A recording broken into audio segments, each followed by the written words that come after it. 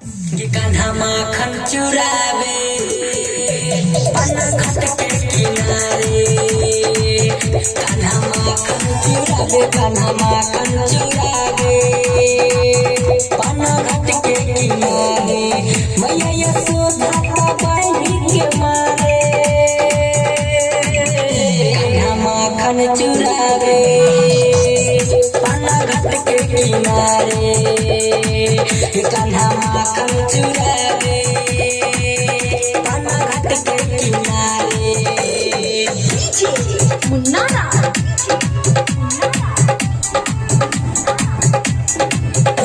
Pradeep Madhuban recordings Bandol. Kanha देखे में लागै छै बहुत नादान। नदिया के किनारे करै छै हरान, करै छै हरान।